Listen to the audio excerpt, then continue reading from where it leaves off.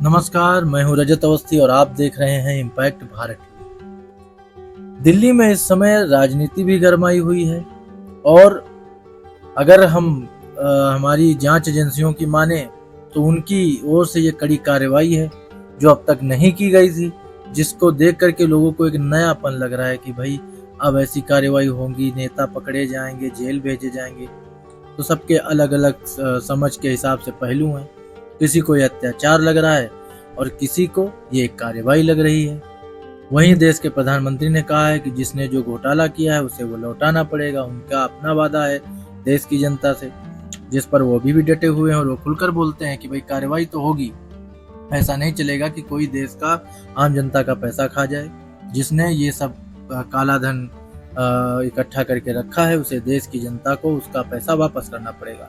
इन्हीं क्रमों में, इन्हीं वादों के तहत जब जांच एजेंसियों को खुली छूट मिली तो उन्होंने एक एक करके नई नई परतों को उधेड़ना शुरू कर दिया और अब कार्रवाई उन बड़े नेताओं तक भी पहुंच गई है जिन्हें इसमें लिप्त बताया जा रहा है। ऐसा ही एक मामला है शराब नीति का, जो कि दिल्ली का है और जिसके तार जुड़े हैं आम आदमी पार्टी से और उसके आम आदमी पार्टी के कर्ता धर्ता अरविंद केजरीवाल तक भी अब इसकी आंच पहुंच गई है। जबकि उनके बड़े नेता मनीष सिसोदिया और सत्येंद्र जैन और संजय, ये सारे जो है पहले से ही जेल में हैं। उसके बाद अब जो जांच की आंच है वो पहुंच गई है अरविंद केजरीवाल तक। इसी कार्रवाई के तहत ईडी के द्वारा उन्हें 9 सम्मन भेजे गए, पूछताछ के लिए बुलाया गया। जब केजरीवाल नहीं पहुंचे उसके बाद ईडी ने एक्शन लिया, 10वां सम्मन दिया और उन्हें उनके आवास पर जाकर के उन्हें गिरफ्तार कर लिया। और अब आगे की कार्रवाई ईडी ने की और कोर्ट में जाकर के उन्होंने रिमांड भी ले ली। कोर्ट ने 6 दिन की रिमांड जो है ईडी को दे दी अरविंद केजरीवाल की। अब वहां पर पूछताछ जारी है। तो ये पूरा मामला, ये पूरा घटनाक्रम हम आपको बताएंगे आज के विश्लेषण में कि क्या हुआ, कैसे हुआ और क्या जेल से सरकार चला पाएंगे केजरीवाल। ये सवाल सबसे बड़ा है जिसके बारे में आपको हम पूरी जानकारी देंगे। तो आज का विश्लेषण आखिरी तक देखिएगा। तो शुरू करते हैं आज की बड़ी खबर का बड़ा विश्लेषण इम्पैक्ट भारत टीवी पर, मेरे यानी रजत अवस्थी के साथ। दिल्ली के मुख्यमंत्री अरविंद केजरीवाल गिरफ्तार हो गए। गुरुवार को शाम 7 बजे प्रवर्तन निर्देशालय ने केजरीवाल को 10वां सम्मन दिया, घर की तलाशी ली और फिर गिरफ्तार कर लिया। इस बीच दिल्ली की मंत्री अतिशी ने कहा कि केजरीवाल दिल्ली के सीएम बने रहेंगे, जेल से सरकार चलाएंगे। अब सवाल सबसे बड़ा ये है कि ईडी ने केजरीवाल को जब 9 सम्मन भेजे तो क्या ऐसा मामला है जिसमें 9 सम्मन आए उसके बाद केजरीवाल वहां हाजिर नहीं हुए। तो ये हम पहले आपको बताते हैं। दिल्ली सरकार ने 17 नवंबर 2021 को शराब बिक्री से जुड़ी नई आबकारी नीति लागू की थी। इससे शराब दुकानें प्राइवेट हाथों में चली गई। सरकार का दावा था कि इससे माफिया राज खत्म होगा और सरकार के रेवेन्यू में बढ़ोतरी होगी। जुलाई 2022 में दिल्ली के तत्कालीन मुख्य सचिव ने आबकारी नीति में आर्थिक गड़बड़ी को लेकर एक रिपोर्ट उपराज्यपाल वीके सक्सेना को सौंपी। मुख्य सचिव की रिपोर्ट के आधार पर उपराज्यपाल ने सीबीआई जांच की मांग की। 17 अगस्त 2022 को सीबीआई ने केस दर्ज किया। इसमें मनीष सिसोदिया, 3 रिटायर्ड सरकारी अधिकारी, 9 बिजनेसमैन और 2 कंपनियों को आरोपी बनाया गया। विवाद बढ़ता देख 28 जुलाई 2022 को दिल्ली सरकार ने नई शराब नीति रद्द कर दी। 22 अगस्त 2022 को ईडी ने भी मनी लॉन्ड्रिंग का केस दर्ज कर लिया। 28 फरवरी 2023 को मनीष सिसोदिया की गिरफ्तारी हो गई। 4 अक्टूबर 2023 को संजय सिंह को पूछताछ के बाद भी गिरफ्तार कर लिया गया। इसी मामले में अरविंद केजरीवाल से पूछताछ की जानी है। हालांकि ये किस हैसियत से होगी इसका खुलासा ईडी ने नहीं किया था। दावा किया जा रहा था कि ईडी के पास केजरीवाल से संबंधित एक विटनेस है। केजरीवाल से गोवा में विधानसभा चुनाव के दौरान आम आदमी पार्टी के चुनावी कैंपेन के लिए जुटाए गए चंदे के संबंध में पूछताछ की जानी थी। अब हम आपको बताते हैं कि केजरीवाल इतने सम्मन आने के बाद पेश क्यों नहीं हुए। केजरीवाल ने ईडी के पहले सम्मन के जवाब में असिस्टेंट डायरेक्टर को पत्र में लिखा, सम्मन से यह क्लियर नहीं है कि मुझे किस हैसियत से बुलाया जा रहा है। यानी इस मामले में आप मुझे गवाह मान रहे हैं या संदिग्ध मान रहे हैं। आप मुझे दिल्ली के सीएम के तौर पर बुला रहे हैं या आम आदमी पार्टी के संयोजक के रूप में। ऐसा लग रहा है कि यह मछली पकड़ने की जाल की तरह है। अब क्या हुआ कि सबसे बड़ी चीज कि जब सीएम को पद पर रहते हुए गिरफ्तार किया जा सकता है ऐसा सबका मानना था, सब लोग सोचे थे कि ऐसा कैसे हो सकता। केजरीवाल ने भी ये कहा कि भाई हम सीएम हैं, हमारे पास काम है, आप हमें बताइए क्यों बुला रहे हैं। तो कोड ऑफ सिविल प्रोसीजर की धारा 135(a) के अनुसार प्रधानमंत्री, केंद्र में मंत्री, लोकसभा एवं राज्यसभा सांसद, सीएम, विधानसभा एवं विधान परिषद के मेंबर को सिविल मामलों में गिरफ्तारी से छूट मिली है। संपत्ति, कर्ज, धार्मिक वाद विवाद और अधिकार आदि संबंधी मामले सिविल कहलाते हैं। क्रिमिनल केस में किसी भी जनप्रतिनिधि की गिरफ्तारी संभव है। शराब घोटाले में क्रिमिनल केस दर्ज किए गए हैं। सीएम केजरीवाल को भी कानूनी रूप से गिरफ्तार किया गया है। इससे पहले झारखंड के मुख्यमंत्री हेमंत सोरेन ने ईडी के कई समन दरकिनार किए थे। ईडी ने उन्हें हिरासत में ले लिया। इसके बाद उन्होंने सीएम पद से इस्तीफा दे दिया और फिर गिरफ्तार कर लिए गए थे। अब सुप्रीम कोर्ट के वकील चिराग गुप्ता कहते हैं कि लोक प्रतिनिधि अधिनियम 1951 में इस बात का कहीं उल्लेख ही नहीं है कि जेल जाने पर किसी जनप्रतिनिधि, मुख्यमंत्री या मंत्री को इस्तीफा देना पड़े। विधायक या सांसद जेल जाए तो सरकारी कामकाज में बाधा नहीं पड़ती। मंत्रियों के जेल जाने पर भी उनके विभाग दूसरे मंत्री को दिए जा सकते हैं। लेकिन मद्रास हाई कोर्ट ने जेल जाने के बावजूद मंत्री पद से बर्खास्त नहीं करने पर राज्य सरकार की आलोचना की थी। झारखंड के मुख्यमंत्री हेमंत सोरेन ने ईडी की गिरफ्तारी से पहले अपना त्यागपत्र दे दिया था। चारा घोटाले में गिरफ्तारी से पहले लालू प्रसाद यादव ने भी इस्तीफा देकर अपनी पत्नी राबड़ी को सीएम बना दिया था। इसी तरह जयललिता ने भी गिरफ्तारी से पहले इस्तीफा दे दिया था। अरविंद केजरीवाल जेल जाने पर भी कानून के दायरे में सीएम बने रह सकते हैं, लेकिन जेल जाने के बावजूद त्यागपत्र नहीं देने से राज्य सरकार में संवैधानिक संकट हो सकता है। रही बात किसी के अयोग्य घोषित होने की, तो लोक जनप्रतिनिधि अधिनियम 1951 की धारा 8(3) में इसके लिए नियम है। इसके अनुसार यदि किसी व्यक्ति या जनप्रतिनिधि को 2 साल या उससे ज्यादा की सजा होती है तो वह पद के लिए अयोग्य हो जाता है। अब आप सबसे बड़ा सवाल यह है कि भाई केजरीवाल ने कहा हम जेल से सरकार चलाएंगे, तो क्या ऐसा संभव है? इस पे हम आपको जानकारी देते हैं। छत्तीसगढ़ के रिटायर्ड डीआईजी जेल के गुप्ता कहते हैं कि जेल से सरकार चलाने का कोई नियम ही नहीं है।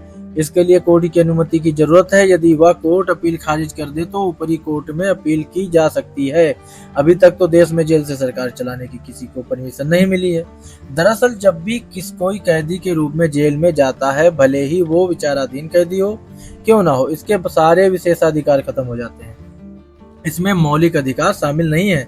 सीएम हो या पार्षद, जेल के अंदर सबके एक जैसे अधिकार होते हैं। रही बात मीटिंग की, तो जेल से ऑनलाइन सुनवाई हो सकती है, लेकिन सरकार नहीं चलाई जा सकती। सुप्रीम कोर्ट के वकील श्री श्रीवास्तव कहते हैं कि सरकार चलाना कोई मौलिक अधिकार नहीं है।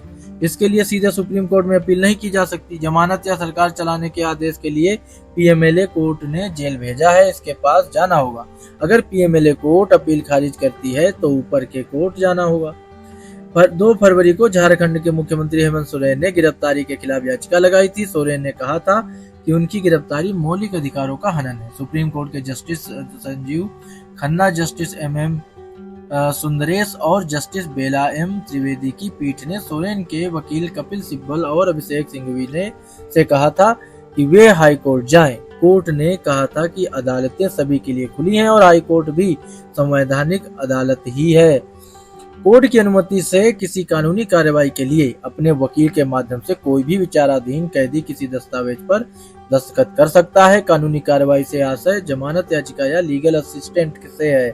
ऐसा नहीं हो सकता कि किसी मंत्रालय की फाइल पर कोई व्यक्ति मुलाकात करने आए और दस्तखत करा कर ले जाए कि हाँ आप गए थे मिलने, और किसी भी विभाग की कोई भी आप फाइल साइन करा करके लेके चले आए। दरअसल जब भी कोई सरकारी दस्तावेज जारी होता है तो उस पर आदेश की तारीख होती है। यदि जेल में रहने के दौरान सीएम किसी फाइल पर दस्तखत करते हैं तो वह अवैध माने जाएंगे। मतलब अगर वो जेल में है, उनका वकील कोई भी किसी भी तरह की सरकार से संबंधित, कामकाज से संबंधित कोई भी दस्तावेज ले जाता है, उस पर सिग्नेचर कराने की कोशिश करता है, तो वो अवैध माना जाएगा। प्रॉपर कोर्ट की परमिशन से की गई कार्रवाई ही वैध मानी जाएगी। हर काम के लिए कोर्ट से परमिशन लेना होगा। जेल विभाग या तिहाड़ जेल प्रशासन दिल्ली सरकार के अंडर में आता है। वो अपने सीएम को जेल से सरकार चलाने की सुविधा उपलब्ध नहीं करा सकता। संविधान के अनुसार राज्य सरकार को केवल कैदियों की देखभाल और सुरक्षा का दायित्व है। कैदी कब तक जेल में रहेगा और बाहरी दुनिया के लिए क्या गतिविधियां कर सकता है, यह अनुमति देना कोर्ट का पूर्ण अधिकार है। जेल में बंद कैदी का वकील कितनी बार भी उनसे मिल सकता है। दिल्ली सरकार के जेल मैनुअल के हिसाब से जेल में बंद हर कैदी को सप्ताह में 2 बार अपने रिश्तेदारों और दोस्तों से मिलने की अनुमति है। हर मुलाकात के लिए आधे घंटे का समय दिया जाता है। एक मुलाकात में 3 लोग कैदी से मिल सकते हैं। मैनुअल के हिसाब से मुलाकातें अल्फाबेटिक होती हैं। ऐसा नहीं है कि जेल में कोई विशेष आदमी हो तो उसे पहले मिलने की अनुमति होगी। ऐसे में संभावना ही नहीं है कि कोई सीएम जेल में बंद हो तो उन्हें अनलिमिटेड मुलाकातों का लाभ मिलेगा। फिर भी जेलर अपने विशेषाधिकार का उपयोग करके 1-2 ज्यादा मुलाकातों का लाभ दे सकता है। अगर जेलर चाहे तो कुछ सुविधाएं वो दे सकता है। आमतौर पर जेलर ऐसे फैसले बहुत कम करते हैं क्योंकि उन्हें इसकी पूरी डिटेल कोर्ट को बतानी भी पड़ती है कि किसी विशेष व्यक्ति से मिलने के लिए आपने अधिक समय दिया है तो उसका कारण क्या था और वहां पर क्या बात हुई। यदि कोर्ट को लगता है कि जेलर ने गैर जरूरी मुलाकात करवाई तो एक्शन भी हो सकता है। अब किस जेलर को अपने ऊपर कार्रवाई करानी है क्योंकि उसे पता है कि बातें क्या होंगी। दिल्ली सरकार की मंत्री आशीष सिंह ने कहा कि जरूरत पड़ी तो सारे अधिकारी जेल में होंगे और वहीं कैबिनेट की मीटिंग होगी। क्या बात है। ऐसे में जेल मैनुअल कहता है कि कोर्ट की सुनवाई या टेली मेडिसिन के अलावा जेल से कोई मीटिंग ही नहीं हो सकती है। इन लोगों को कोर्ट कानून कुछ पता ही नहीं है। अब जेल में जाकर के मीटिंग करेंगे तो जेल है कि कैबिनेट, इनका कैबिनेट रूम है। आज तक ऐसा कोई उदाहरण भी तो सामने नहीं आया है कि जब किसी नेता को कोर्ट ने कोई सरकारी या राजनीतिक बैठक करने की अनुमति दी हो। जेल में बंद विचाराधीन कैदी के रूप में बंद सांसद, विधायक या कोई भी जनप्रतिनिधि सदन की कार्यवाही में भाग ले सकता है, चुनाव भी लड़ सकता है, लेकिन जेल से मीटिंग नहीं कर सकता। सदन की कार्यवाही में भाग लेने की परमिशन के कोई नियम नहीं है। यह कोर्ट के विवेक पर निर्भर करता है। यदि कोर्ट इस बात से संतुष्ट है कि जिस जनता ने विधायक को चुना है उनकी आवाज उठाने के लिए जनप्रतिनिधि का सदन में होना जरूरी है तो इस आधार पर कोर्ट परमिशन दे भी सकता है। हाल ही में 22 फरवरी को झारखंड के पूर्व सीएम हेमंत सोरेन ने पीएमएलए कोर्ट में याचिका लगाई थी कि उन्हें बजट सत्र में उपस्थित होने की अनुमति दी जाए। इसे खारिज कर दिया गया। फिर सोरेन ने झारखंड हाई कोर्ट में याचिका लगाई। इससे पहले 2018 में जिला कोर्ट ने झरिया के विधायक संजीव सिंह को बजट सत्र में भाग लेने की अनुमति भी दी थी। अब यहाँ कोई फिल्म तो चल नहीं रही है कि आप जेल के अंदर बना लोगे, अपना मीटिंग रूम बना लोगे, वहां अपना बैठ के कंपनी दे रहे हो सीएम साहब को कि भाई 10 लोग आ गए, उनकी पार्टी के मंत्री आ गए, कैबिनेट के, बढ़िया अपना बातें चल रही हैं, सब बढ़िया पार्टी चल रही है। ऐसा थोड़ी होता है। कानून है, कोर्ट है। तो ये सारे जो डाउट थे जनता के अंदर कि भाई वो जेल से सरकार चलेगी, क्या होगा, क्योंकि दावे तो हो ही रहे थे आप पार्टी की तरफ से कि भाई सब तो केजरीवाल जेल गए हैं, अब वहां से सरकार चलाएंगे, तो ऐसा कुछ होने वाला नहीं है। कानून और संविधान सबसे बड़ा है, न्यायपालिका सबसे ऊपर है, उसी के अंतर्गत सभी को काम करना पड़ेगा। तो ये कुछ जरूरी जानकारियां थी जो हमने आपको दी। तो आज का बड़ा विश्लेषण यहीं तक। जल्द मिलते हैं एक और बड़ी खबर के बड़े विश्लेषण के साथ। तब तक देखते रहिए इम्पैक्ट भारत टीवी। जय हिंद। आप देख रहे हैं इम्पैक्ट भारत टीवी।